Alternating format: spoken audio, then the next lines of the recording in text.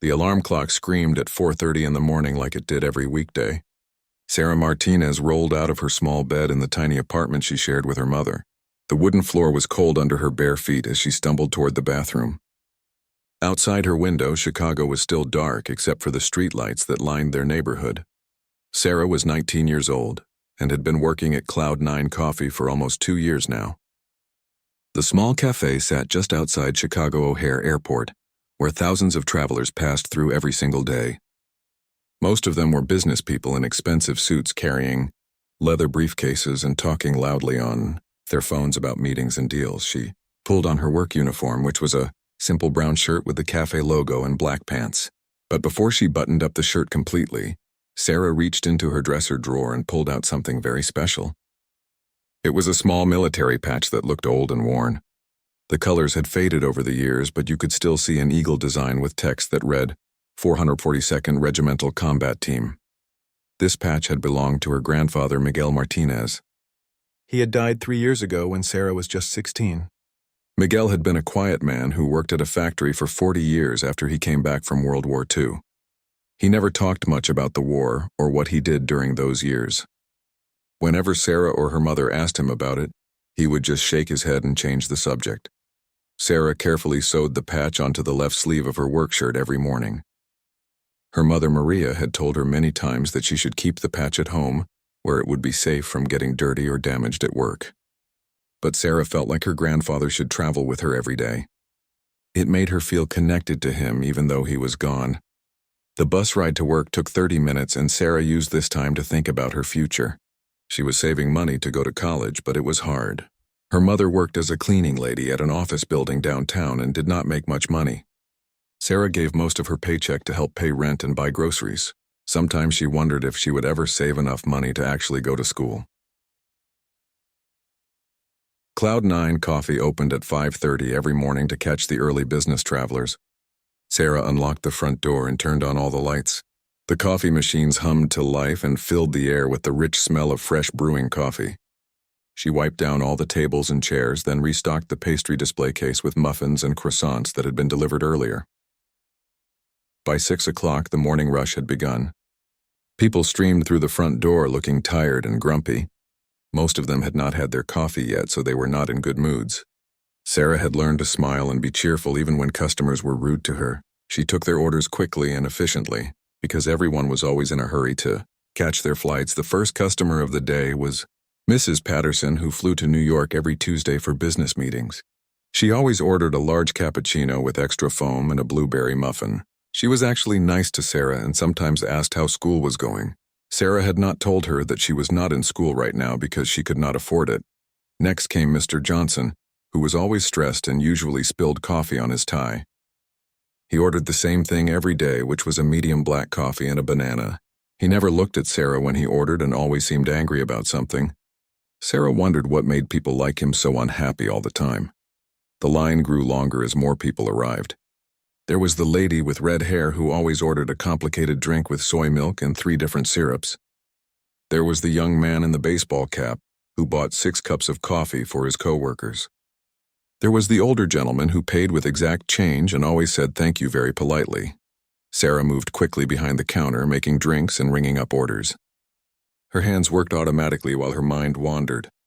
She thought about her grandfather and wondered what he had been like when he was her age.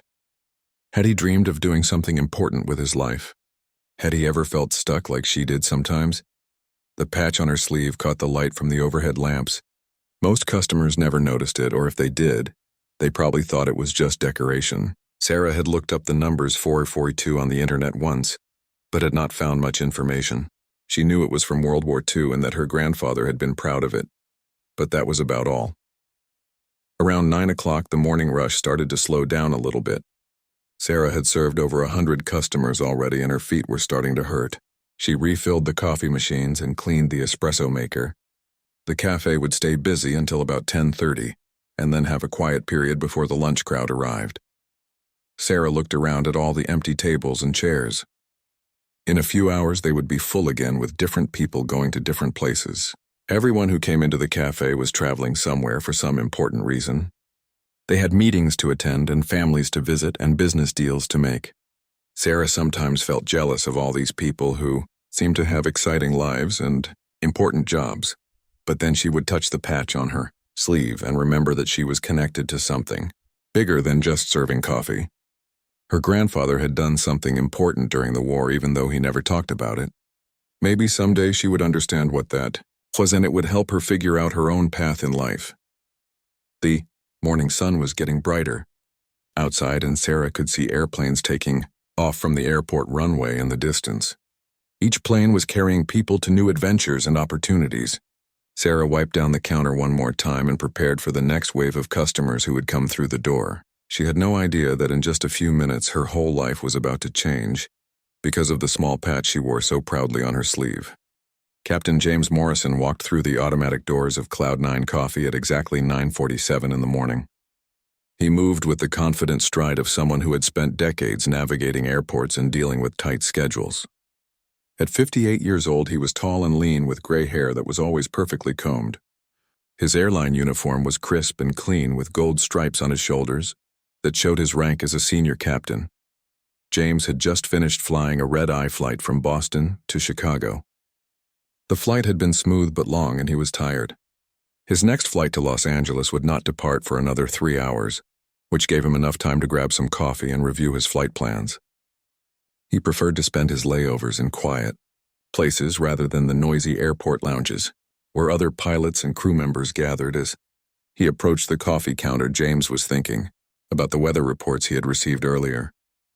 There might be some turbulence over the Rocky Mountains, and he wanted to plan the best route to keep his passengers comfortable. He had been flying commercial airlines for over 30 years and took pride in providing smooth flights, even in difficult conditions. Before becoming an airline pilot, James had served 12 years in the United States Air Force. He had flown cargo planes and transport aircraft all over the world. The military had taught him discipline and attention to detail that served him well in his civilian career.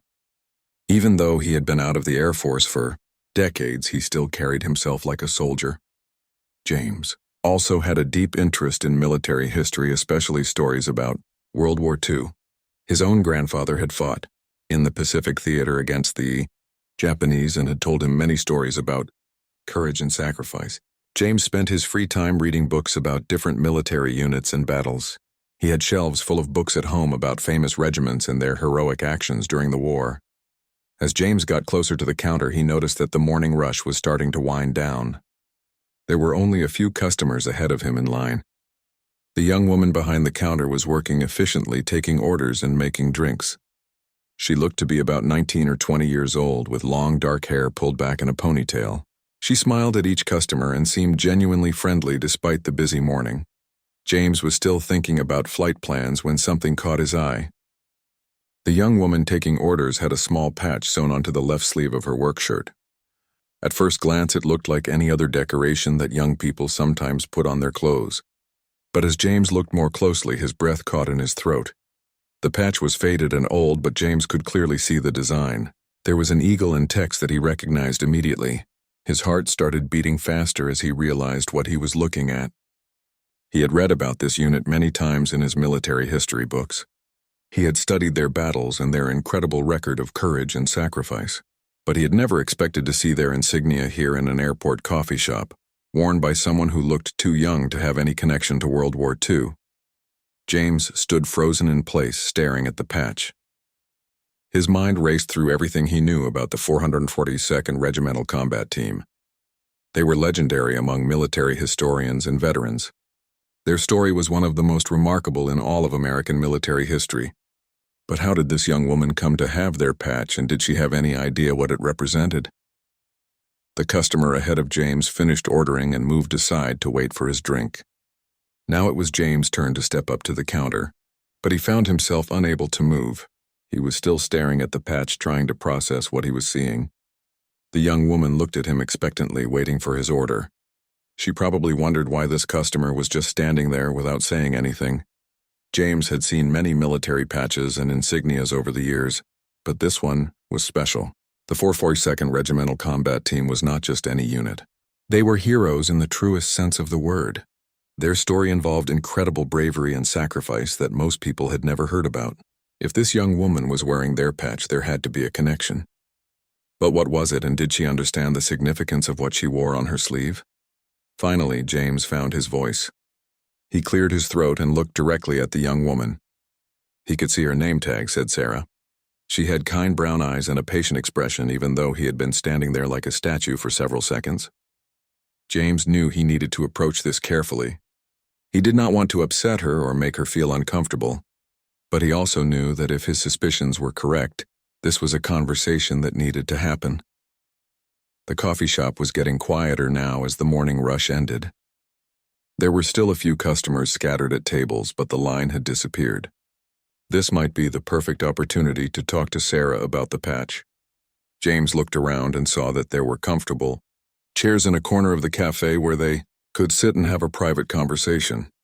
James took a deep breath and prepared to ask the question that would change everything for both of them. He had no idea that this simple stop for coffee during his layover was about to turn into one of the most meaningful encounters of his life. The patch on Sarah's sleeve was about to unlock a story of heroism and sacrifice that had been hidden for decades. Sarah stood behind the counter, waiting patiently for the customer to place his order. She had no idea that the man in the pilot uniform was about to reveal secrets about her grandfather that would transform her understanding of her own family history. The morning had started like any other, but it was about to become extraordinary in ways that neither Sarah nor James could have imagined. The moment was electric with possibility as James prepared to speak the words that would begin an incredible journey of discovery. Sarah noticed that the pilot had been standing in front of her counter for almost a full minute without saying anything. He kept staring at something on her uniform, but she could not figure out what had captured his attention so completely. She had served thousands of customers over the past 2 years and had never seen anyone react quite like this. Most people were in such a hurry that they barely looked at her at all. The man appeared to be in his late 50s with kind eyes and a serious expression. His airline uniform was perfectly pressed and his posture was very straight, like someone with military training. Sarah could see gold stripes on his shoulders, which meant he was probably a senior captain. She wondered if he was feeling sick or if something was wrong with his flight. Finally, the pilot seemed to shake himself out of whatever trance he had been in. He looked directly at Sarah, and she could see something intense in his eyes. It was not anger or impatience like she sometimes saw from stressed travelers. Instead, it looked almost like recognition mixed with disbelief and something else she could not identify. "Excuse me," the pilot said in a voice that was much softer than Sarah had expected. His tone carried a weight and seriousness that made her stop wiping the counter and give him her full attention. "That patch on your sleeve, do you know what it represents?" Sarah glanced down at her grandfather's patch, then back up at the customer. She had gotten used to most people either not noticing it or assuming it was just some kind of fashion statement. Occasionally someone would ask about it, but usually in a casual way that did not require much explanation. This man's question felt completely different. There was an urgency and respect in his voice that made her heart beat a little faster. "It belonged to my grandfather," Sarah replied simply. She could hear the change in her own voice as she responded to his serious tone. "He served in World War II, but he never talked much about it. He passed away a few years ago, and I wear it to remember him." The pilot's expression grew even more intense, if that was possible. Sarah noticed that he was gripping the counter slightly and his knuckles had turned white. She also realized that there were now 3 customers waiting behind him, but he seemed completely unaware of their presence. Whatever was happening here was clearly very important to him. "What was your grandfather's name, if you don't mind me asking?" the pilot said. His voice was gentle, but there was an underlying excitement that Sarah could not understand. She wondered why a complete stranger would care so much about her grandfather's name or his military service. "Miguel Martinez," Sarah answered slowly. She was starting to feel nervous about where this conversation was heading. "Why do you know something about this unit?"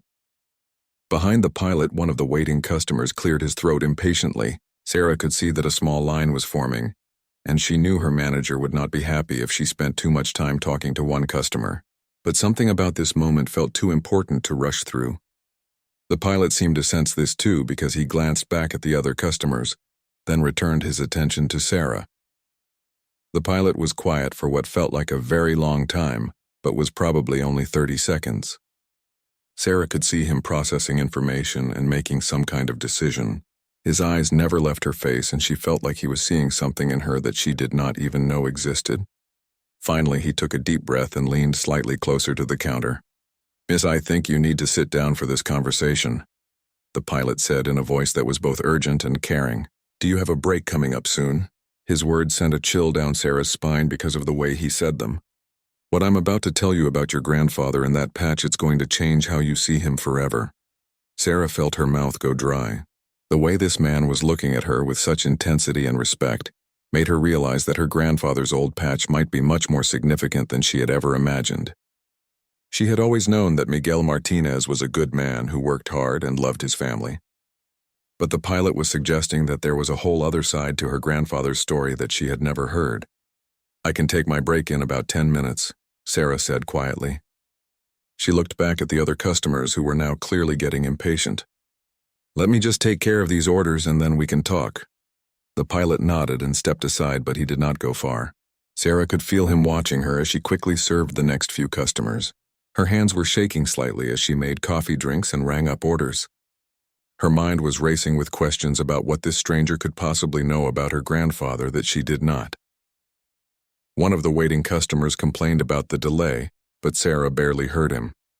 All she could think about was the serious expression on the pilot's face and his promise that what he had to tell her would change everything. She had spent 3 years wondering about her grandfather's war experiences and wishing he had shared more stories before he died. Now it seemed like those answers might finally be coming from the most unexpected source. As Sarah finished with the last customer in line, she noticed that the pilot had chosen a quiet table in the corner of the cafe. He was sitting with his hands folded, waiting patiently for her to join him. She told her coworker Jenny that she was taking her break and walked slowly toward the table. With each step, she felt like she was walking toward a revelation that would transform her understanding of her own family history. The pilot stood up politely as she approached, which reminded Sarah of the old-fashioned manners her grandfather had always displayed. She sat down across from him and waited for him to begin speaking. The morning sunlight was streaming through the cafe windows, and the usual sounds of the airport seemed distant and muted. Sarah looked down at the patch on her sleeve one more time before meeting the pilot's eyes. She was about to learn secrets that had been hidden for decades. Captain Morrison sat across from Sarah in the quiet corner of the coffee shop. His black coffee had grown cold, but he had not touched it since ordering.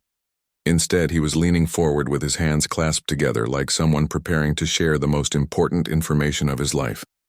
Sarah could see the seriousness in his eyes and the way he seemed to be choosing his words very carefully. "Sarah, your grandfather was part of the most decorated unit in American military history," Morrison began slowly. His voice carried a reverence that made Sarah sit up straighter in her chair. The 402nd Regimental Combat Team was made up almost entirely of Japanese-American soldiers. These men fought in Europe during World War II while their families were locked up in internment camps back home in America. Sarah felt her eyes widen as she tried to process what she was hearing. She had never heard any of this before. Her grandfather, Miguel Martinez, was Mexican-American, not Japanese-American. How could he have been part of a unit made up of Japanese soldiers? She looked down at the faded patch on her sleeve, trying to understand how it connected to this incredible story. Morrison continued speaking as if he could read the confusion on her face. They called themselves Go for Broke, and that was their motto. These soldiers faced discrimination and suspicion from their own country, but they fought harder and more bravely than almost any other unit in the war. They rescued something called the Lost Battalion in France and saved over 200 soldiers who were trapped behind enemy lines. Many of them died doing it, but my grandfather was not Japanese-American, Sarah said quietly. Her mind was spinning as she tried to make sense of what Morrison was telling her. She had always known that her grandfather came from Mexico as a young man and became an American citizen. How did he end up fighting alongside Japanese-American soldiers? "You are absolutely right," Morrison replied with a gentle smile. A small number of other soldiers served alongside the 442nd, including some Mexican-American and Latino soldiers who volunteered for the most dangerous missions. Your grandfather was likely one of them. These men earned over 18,000 individual awards, including 21 medals of honor. Sarah sat in stunned silence, trying to imagine her quiet grandfather as a war hero. Miguel Martinez had worked in a factory for 40 years after the war. He came home every day tired and dirty but never complained about his job. He read the newspaper every morning and helped Sarah with her homework when she was little. He had seemed like the most ordinary man in the world to her. Morrison pulled out his smartphone and showed Sarah the screen. The website displayed old black and white photographs of young soldiers in muddy uniforms. Their faces showed exhaustion, but also determination and courage that seemed to shine through even in the faded pictures. These men had something special about them that Sarah could see even decades later. The 442nd had a casualty rate of over 300%, Morrison explained as Sarah stared at the photographs. That means they had to replace their entire unit 3 times over because of injuries and deaths. But they never gave up and they never retreated. When other units said a mission was impossible, the 402nd found a way to get it done. Sarah felt tears beginning to form in her eyes as she looked at the young faces on Morrison's phone screen. These soldiers looked so young and brave. Some of them were probably not much older than she was now. She tried to imagine her grandfather among them, fighting in foreign countries far from home while facing discrimination from the very country they were defending. Morrison scrolled through more photographs showing soldiers receiving medals and standing proudly despite their wounds and exhaustion. Your grandfather chose to fight for America even when America did not fully accept him, Morrison said softly. The Japanese-American soldiers faced even worse treatment. Their families were forced from their homes and put in camps just because of their ancestry. But they still volunteered to serve. Tell me more about what they did, Sarah whispered. She wanted to understand everything about the unit her grandfather had been part of. She needed to know what kind of battles they fought and what made them so special compared to other soldiers. Morrison's expression grew even more serious as he prepared to share the most incredible part of the story. In the mountains of France, there was a group of American soldiers who got cut off from the main army, Morrison began. They were surrounded by German forces and could not get supplies or help. Command called them the Lost Battalion because they thought these men were probably lost forever. Sarah leaned closer as Morrison continued his story. The military leaders decided to send the 442nd to rescue these trapped soldiers. It was supposed to be a simple mission that would take maybe 1 or 2 days. But when the Japanese-American soldiers reached the area, they discovered that the Germans had built massive defenses in the forest. There were machine gun nests and artillery positions everywhere. What happened next, Morrison said quietly, changed military history forever. The 442nd spent 6 days fighting through some of the most heavily defended territory in Europe. They attacked uphill through thick forest while German soldiers shot at them from hidden positions. Men fell wounded and died, but the survivors kept advancing because they knew American soldiers were counting on them for rescue. Sarah felt her heart pounding as she imagined the terrible fighting Morrison was describing. She thought about her grandfather as a young man charging through dangerous forest while bullets flew around him. Had he been scared? Had he seen his friends get hurt or killed? How had he found the courage to keep going when everything seemed hopeless? Morrison showed Sarah another photograph on his phone. This one showed exhausted soldiers helping wounded comrades walk through muddy terrain. When the 442nd finally reached the Lost Battalion, after 6 days of constant fighting, they had suffered over 800 casualties, Morrison said. That means 800 of their men were either killed or wounded just to save 275 trapped soldiers. Sarah stared at the photograph, trying to process the incredible sacrifice these men had made. Her grandfather had been part of something truly heroic, and she had never known.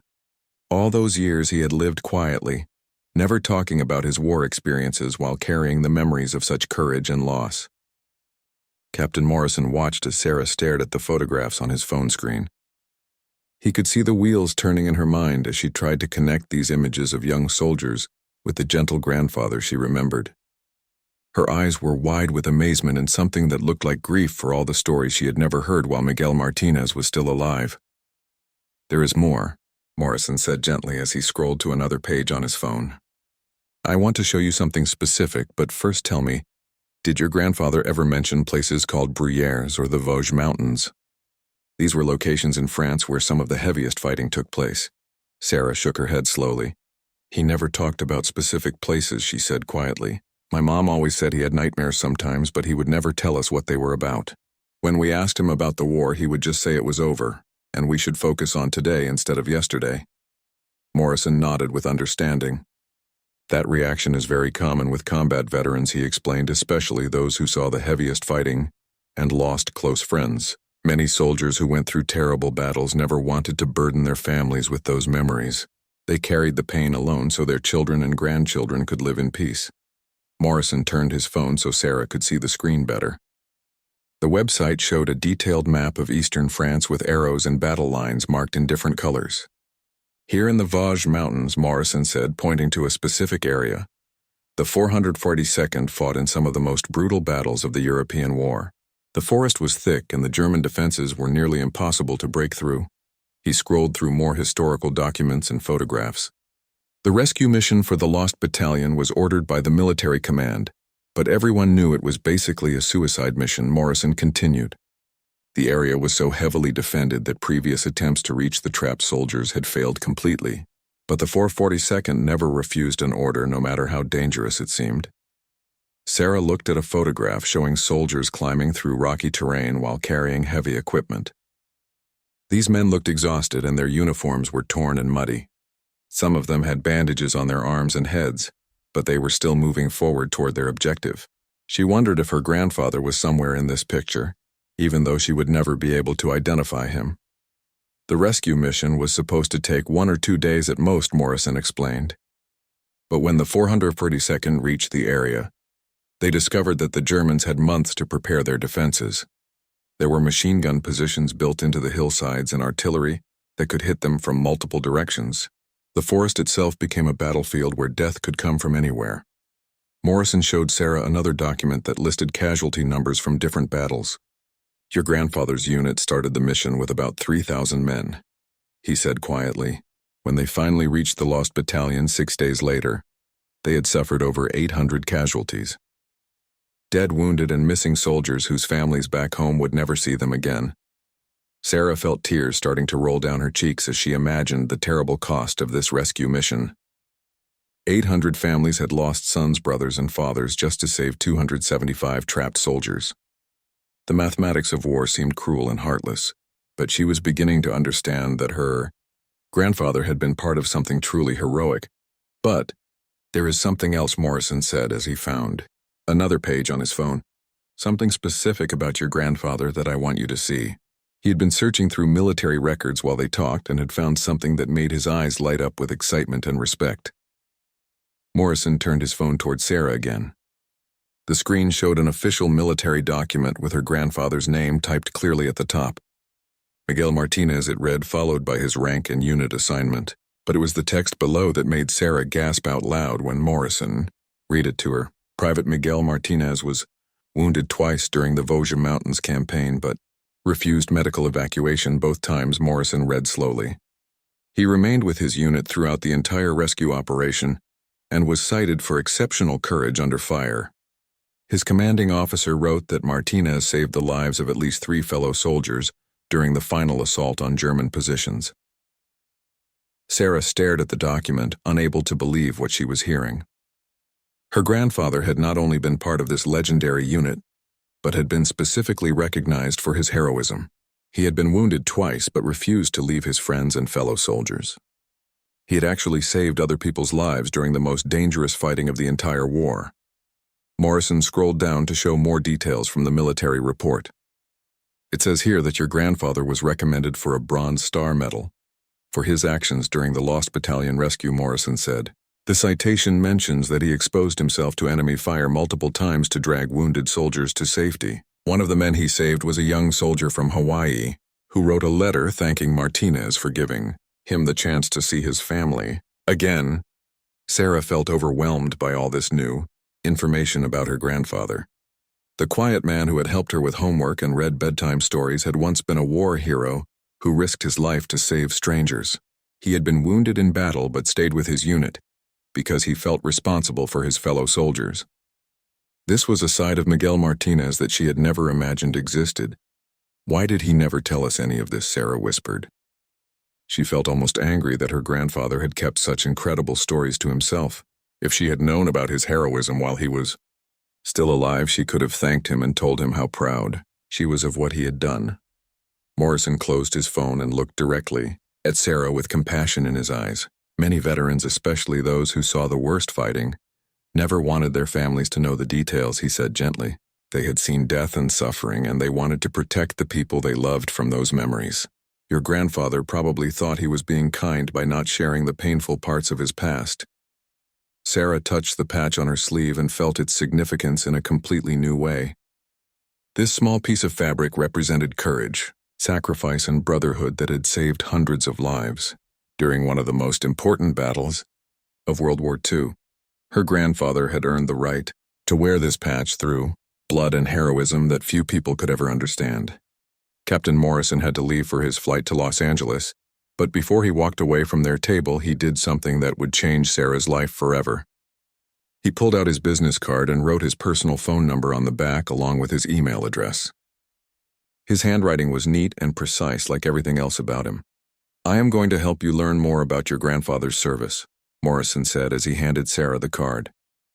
"You deserve to know the full story, and there are people who can help us find more information. There are veterans organizations and military historians who keep records of soldiers like your grandfather. Some of them might even have photographs or letters that mention him." Sarah took the business card and stared at it like it was the most valuable thing she had ever received. Captain James Morrison was printed on the front along with his airline information. On the back he had written his personal contact details and the words, "Call me anytime." She had gone from serving coffee to a stranger to having a personal connection with someone who understood her grandfather's heroism. After Morrison left to catch his flight, Sarah returned to work, but she could barely concentrate on taking orders or making drinks. Her mind kept spinning with everything she had learned in the past hour. Every time she looked down at the patch on her sleeve, she saw it differently now. It was no longer just a reminder of her grandfather, but a symbol of incredible courage and sacrifice that few people would ever understand. Word about Sarah's discovery spread quickly through the small coffee shop.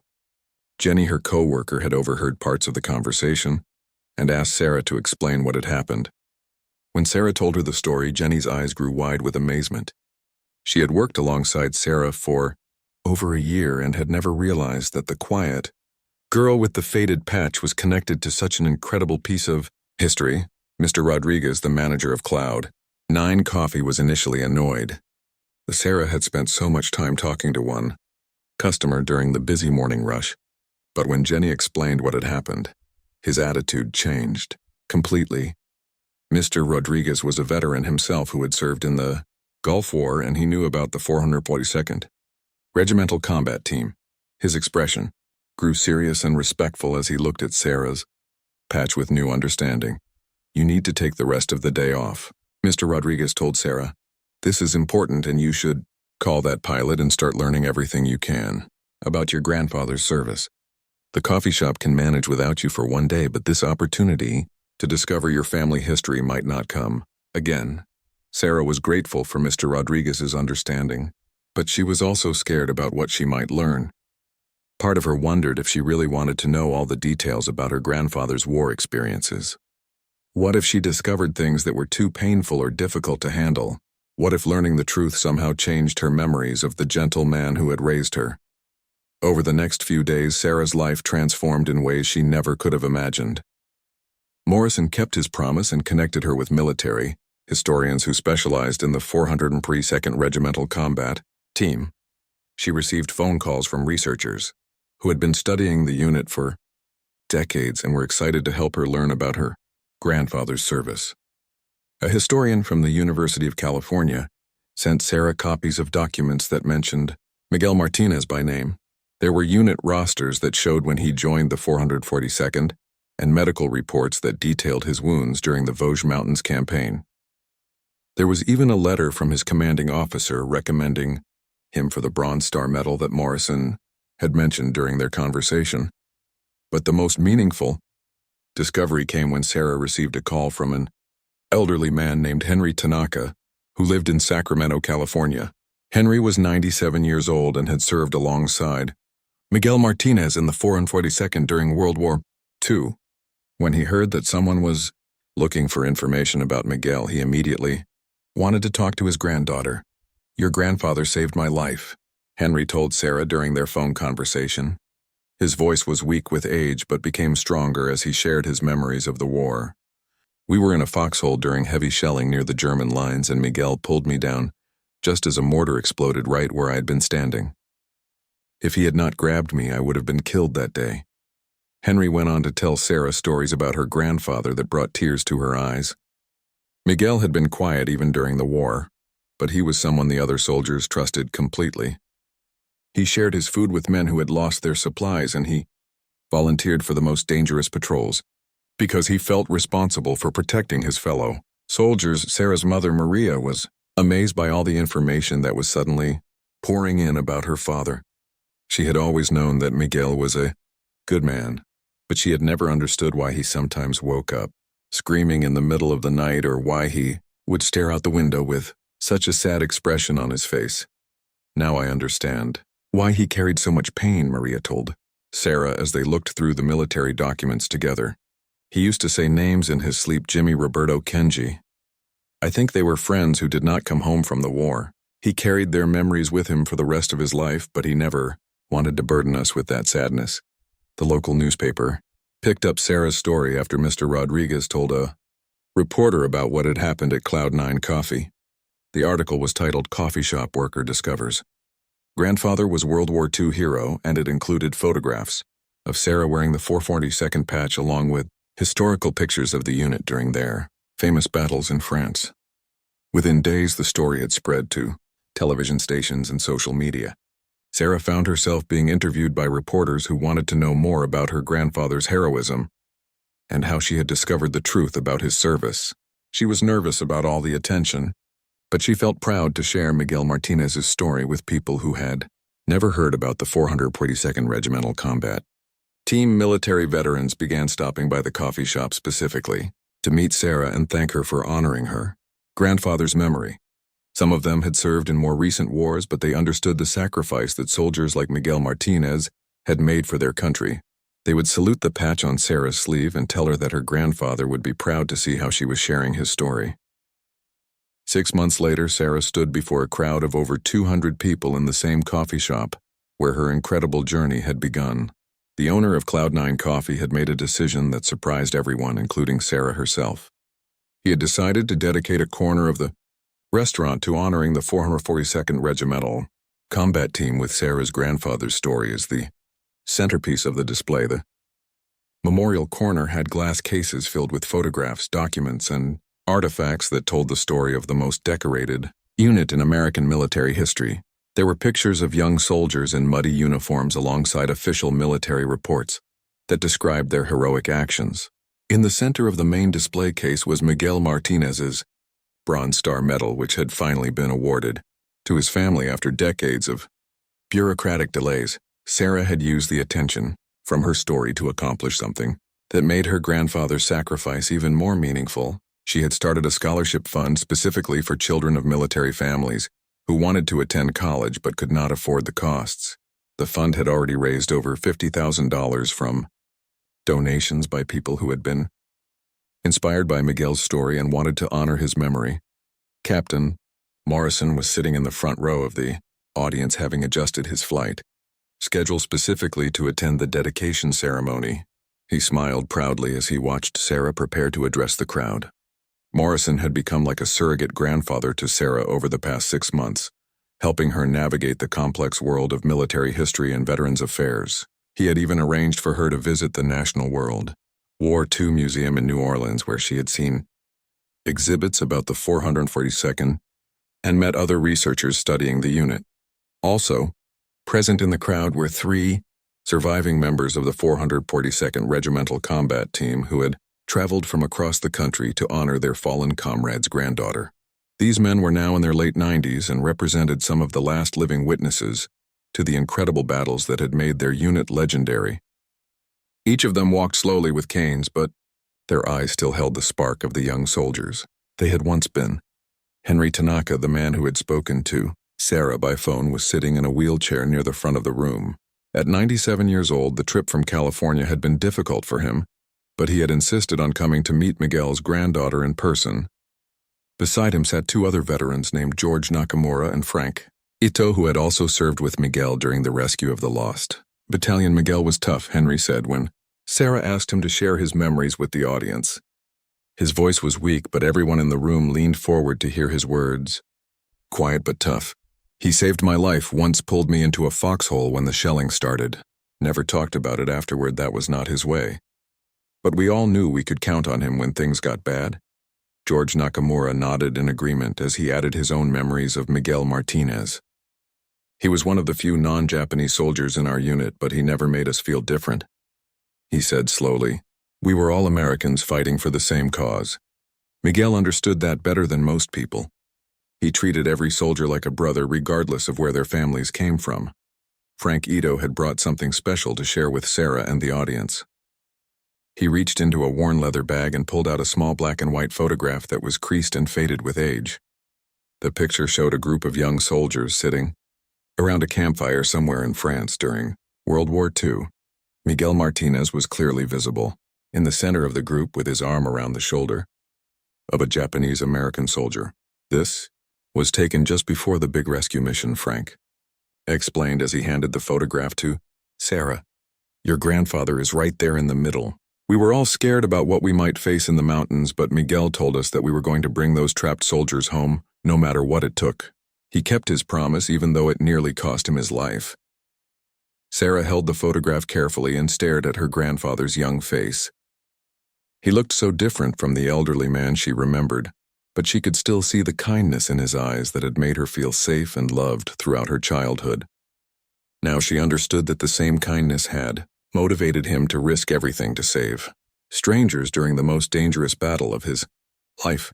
The ceremony continued with presentations by military historians who explained the broader significance of the 442nd Regimental combat team's actions during World War II.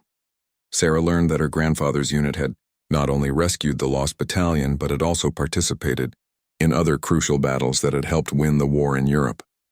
Their casualties had been devastating, but their courage had saved thousands of American lives. Sarah had also been working with local schools to develop educational programs about the 442nd and other overlooked military units from World War II. She visited classrooms to share her grandfather's story and explain how ordinary people could become heroes when faced with extraordinary circumstances. The students were always amazed to learn that some of the bravest soldiers in American history had been fighting for a country that had discriminated against their families. As Sarah stood before the crowd that day, she realized how much her life had changed since Captain Morrison had first noticed the patch on her sleeve. She was no longer just a coffee shop worker saving money for college. She had become a guardian of her grandfather's legacy and an advocate for remembering the sacrifices of forgotten heroes. I thought I was just wearing something that reminded me of my grandfather, Sarah told the audience as she concluded her speech. I never imagined I was carrying the story of American heroes who deserve to be remembered. Now I know that every time someone sees this patch and asks about it, I have the chance to keep their legacy alive. The patch still wrote on her sleeve every day at work, but now it carried the weight of knowledge and purpose that would last for the rest of her life. Sarah had discovered that her grandfather's greatest victory was not on a battlefield in France, but in raising a family that would eventually share his story with the world, ensuring that the courage of the 442 would never be forgotten. As the ceremony ended and people began to leave, Sarah stood quietly in the memorial corner surrounded by the photographs and documents that told her grandfather's story. She touched the Bronze Star medal in its display case and whispered a promise that Miguel Martinez would never have to worry about being forgotten again.